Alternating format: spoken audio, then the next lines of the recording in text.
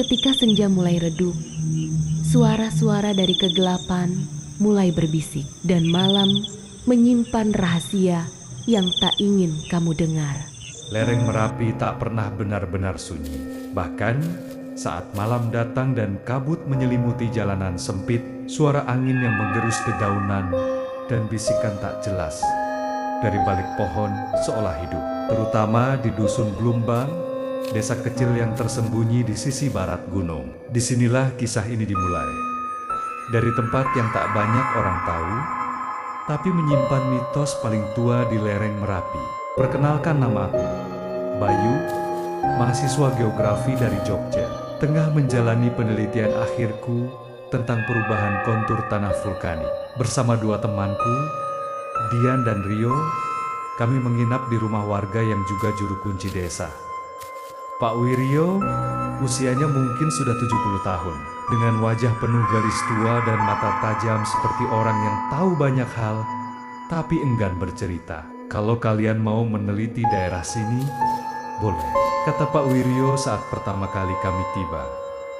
Tapi jangan pernah dekati pohon tua di pagar Songo. Aku dan Rio saling pandang.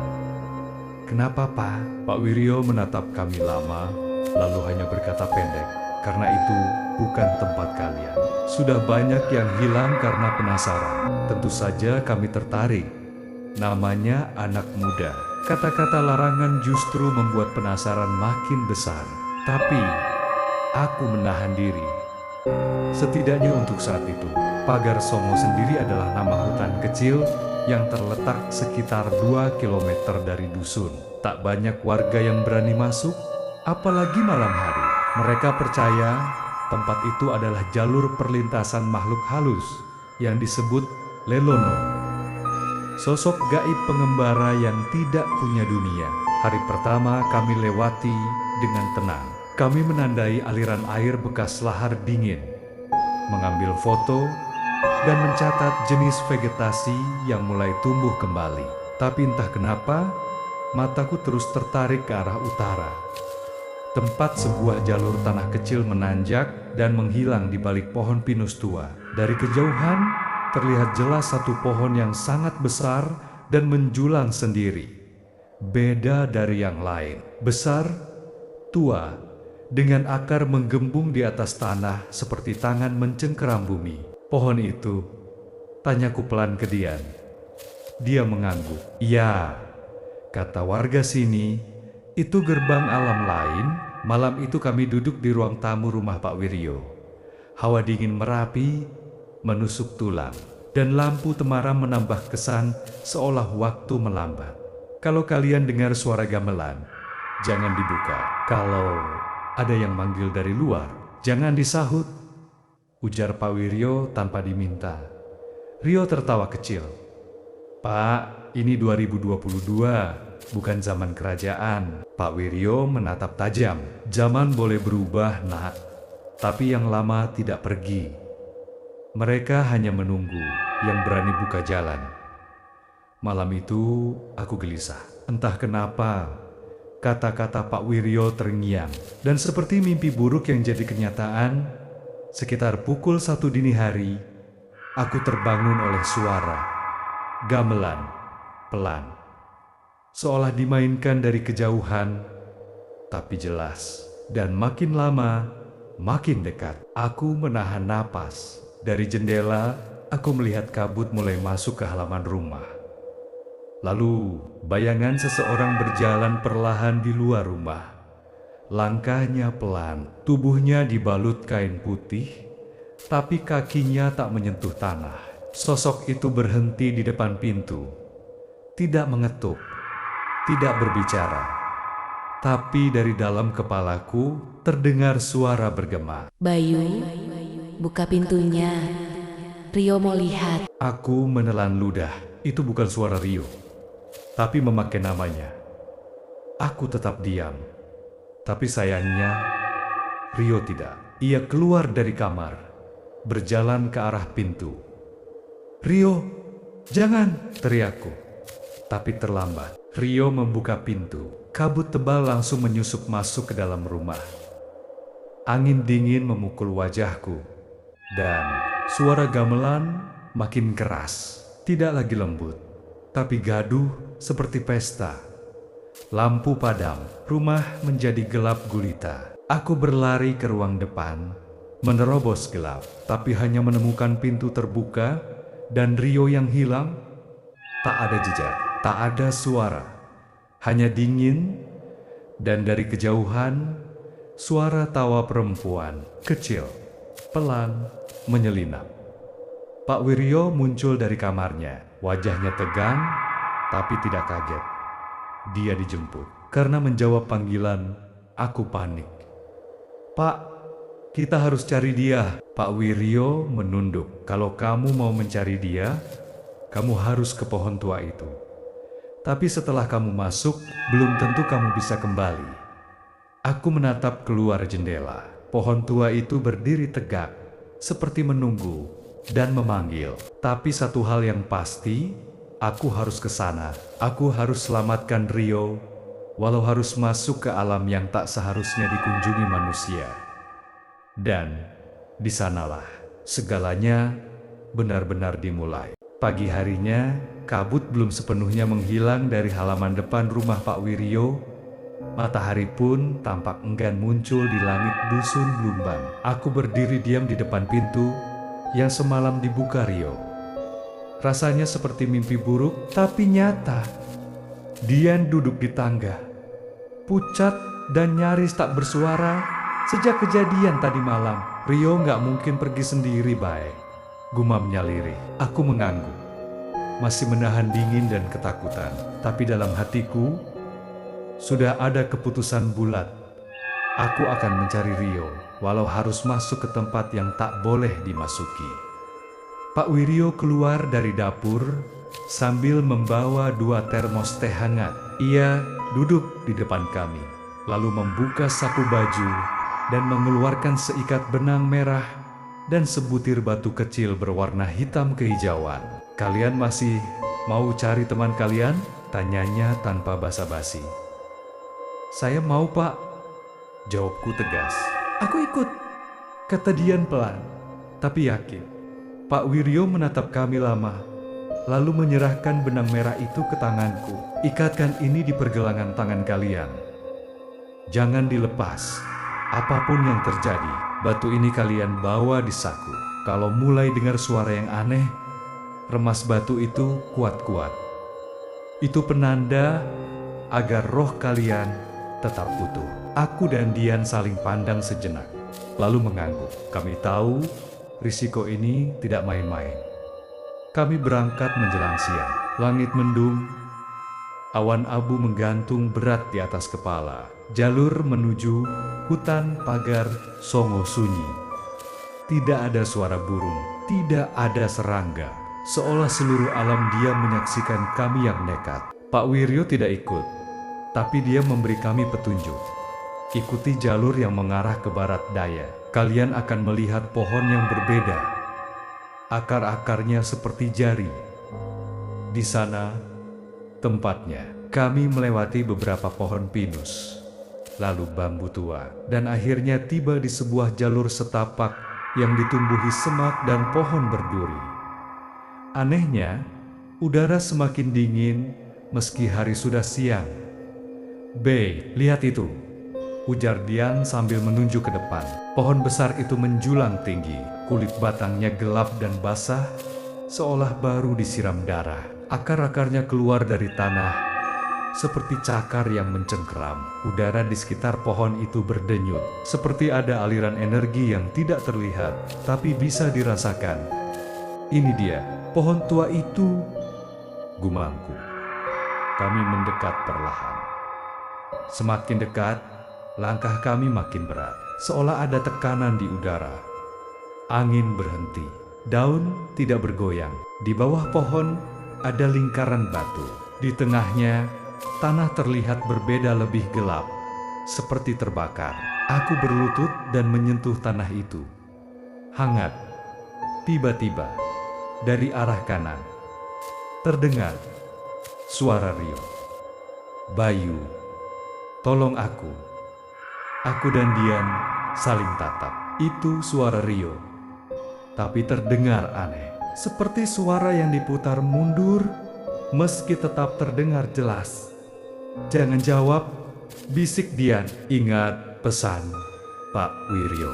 Aku mengangguk, tapi tubuhku gemetar. Suara itu terus terdengar, memanggil-manggil dari balik pepohonan. Kemudian, tanah di lingkaran batu itu bergetar. Akar-akar pohon perlahan merapat, menyatu, membentuk seperti gerbang kecil yang mengarah ke bawah. Kami terpaku. Di balik akar itu, ada cahaya biru kehijauan yang menyilaukan. "Pintu itu terbuka," bisikku. Tanpa pikir panjang, aku melangkah masuk. Dian mengejarku dari belakang. Saat kami melewati gerbang akar itu, suara dunia nyata menghilang. Semua berubah. Kami berada di tempat yang sama, tapi berbeda alam. Langit berwarna kelabu kehijauan. Pepohonan menjulang lebih tinggi, tapi tidak ada daun. Cabangnya kering dan seperti menjulur ke arah kami. Tanah tempat kami berpijak lembek, seperti daging busuk. Bau amis menyengat, kabut menyelimuti seluruh tempat. "Ini alam Lelono," bisik Dian. Kami berjalan perlahan, mengikuti suara samar yang terdengar. Bukan dari satu arah, tapi dari segala penjuru. Bayu, Dian, pulanglah. Kami tunggu." Di balik pohon kelima, suara-suara itu seperti anak kecil yang sedang bermain petak umpet, tapi nadanya menyiksa telinga. Kami terus berjalan. Tiba-tiba, dari balik kabut muncul satu sosok perempuan. Rambut panjang menjuntai menutupi wajah, bajunya robek, dan darah menetes dari ujung rambutnya. Ia tidak bergerak, hanya berdiri mematung. Kami mundur pelan, tapi dari kiri muncul satu lagi. Dan dari kanan, dari belakang, mereka muncul perlahan, mengelilingi kami. Aku langsung meremas batu hitam di sakuku. "Dian, batu kamu cepat." Dian juga meremas batunya. Saat itu, sosok-sosok itu berhenti. Mata mereka yang sebelumnya kosong, perlahan berkedip. Kemudian, mereka membalik arah dan menghilang dalam kabut.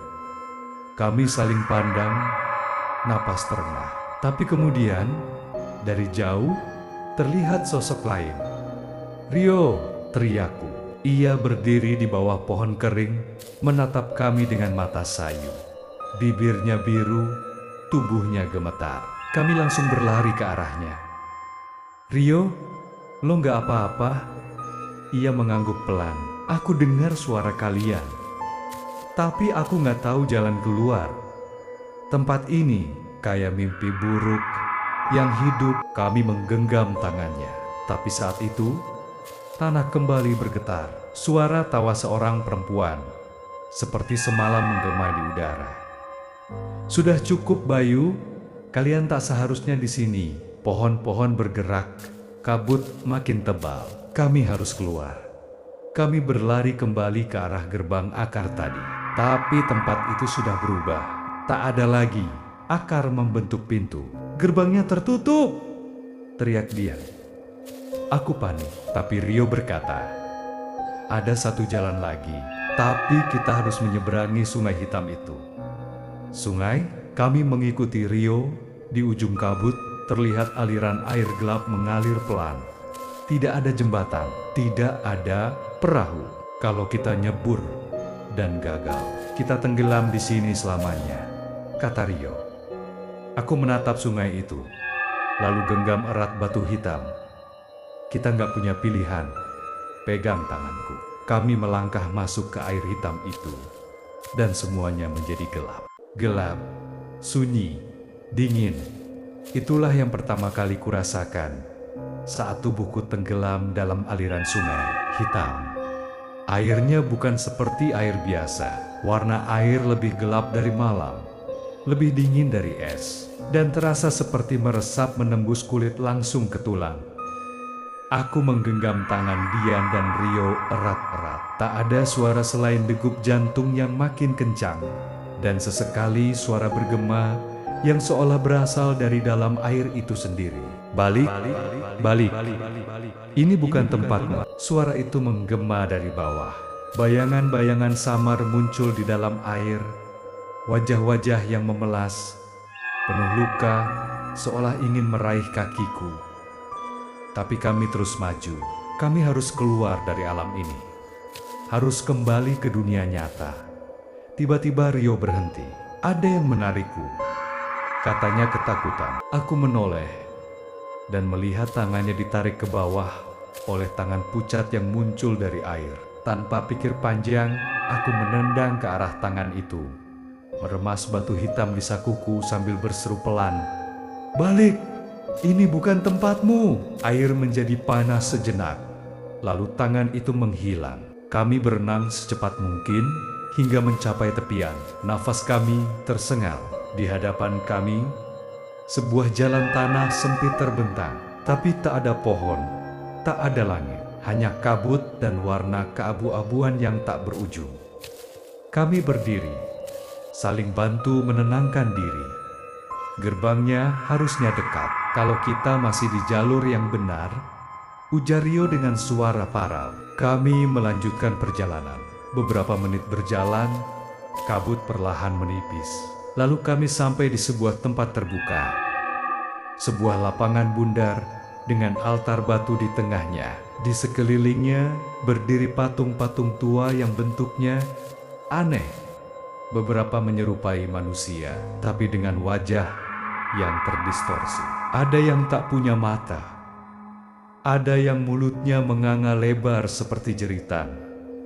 Tempat apa ini? Gumam Dian ngeri. Tiba-tiba, dari balik kabut muncul sosok tinggi besar. Bajunya compang-camping, rambut gimbal menjuntai hingga ke tanah. Wajahnya tersembunyi di balik topeng kayu tua. Di tangannya, ia membawa lonceng kecil. Kalian bukan bagian dari sini. Suaranya berat dan lambat, bergema seperti ditelan tanah. Kami mundur beberapa langkah, tapi dia tidak menyerang. Ia justru menunduk. Salah satu dari kalian telah membuka jalur. Sekarang bayaran harus diberikan. Kami hanya ingin pulang, kataku. Tidak ada yang bisa pulang tanpa pengganti. Hukum Lelono adalah keseimbangan. Satu pergi, satu tinggal. Aku menggigil. Apa maksudnya? Apakah salah satu dari kami harus tertinggal di alam ini agar yang lain bisa kembali? Tidak, kami semua akan kembali, teriak Dian. Sosok bertopeng itu mengangkat tangannya dan patung-patung di sekeliling mulai bergerak. Mereka turun dari altar. Perlahan mendekati kami. Rio terdiam. Mungkin aku memang harus di sini. Aku yang buka pintunya. Jangan gila, bentakku. Tapi ia tersenyum lelah. Lalu Rio berkata, kalau aku nggak buka pintu, kita nggak akan ada di sini. Biarkan aku yang tinggal di sini. Dian menangis.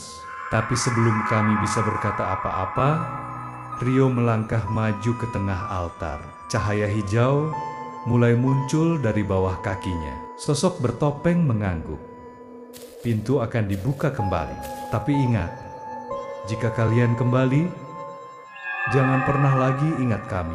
Lupakan semua ini, atau pintu akan terbuka sendiri. Tanah bergetar. Dari belakang altar, akar-akar pohon terbuka perlahan, membentuk celah yang bersinar terang. Aku dan Dian menatap Rio satu kali lagi. Ia tersenyum tipis, lalu membalikkan badan. Kami berlari ke arah cahaya. Saat tubuh kami menembusnya, aku mendengar suara Rio terakhir kali. Maafkan aku. Selamat tinggal. Kami terlempar dari balik akar pohon tua. Napas kami tercekat. Hari telah sore. Pohon itu masih berdiri, tapi kini akar-akar di sekitarnya tampak hangus. Pak Wiryo berdiri tak jauh dari tempat kami keluar. Wajahnya serius. Kalian berhasil kembali, tapi tak semua kembali utuh. Aku menatap tangan kiriku. Benang merah itu sudah terlepas sendiri. Malam datang dengan cepat di dusun Blumbang. Awan menebal dan udara mendadak terasa lebih berat. Setelah kembali dari alam lelono, aku dan Dian tak banyak bicara. Kami hanya duduk diam di ruang tamu rumah Pak Wiryo. Tangan gemetar, kepala penuh bayangan aneh yang belum sempat dipahami. Pak Wiryo menatap kami dari kursi sudut, wajahnya penuh beban. Ia tidak bertanya apapun. Ia tahu wajah Rio tak lagi bersama kami, dan itu sudah cukup menjelaskan segalanya. Kadang, pilihan yang kita buat tidak bisa dibatalkan. Ucapnya lirih. Aku menatap lantai. Kata-kata itu seperti palu menghantam dadaku. Dia mengorbankan diri demi kami, Pak. Pak Wiryo mengangguk pelan. Begitulah hukum di sana. Keseimbangan tidak bisa dilanggar. Satu masuk, satu tertinggal. Kalian sudah lihat sendiri. Dian berdiri, matanya sembab. Lalu, apakah Rio akan tetap hidup di sana? Pak Wiryo menatap kami tajam. Tubuhnya mungkin, tapi jiwanya akan melebur. Pelan-pelan, ia bukan Rio lagi. Itulah harga membuka pintu ke tempat yang tak seharusnya kalian sentuh. Aku ingin marah, tapi kepada siapa? Pada Rio?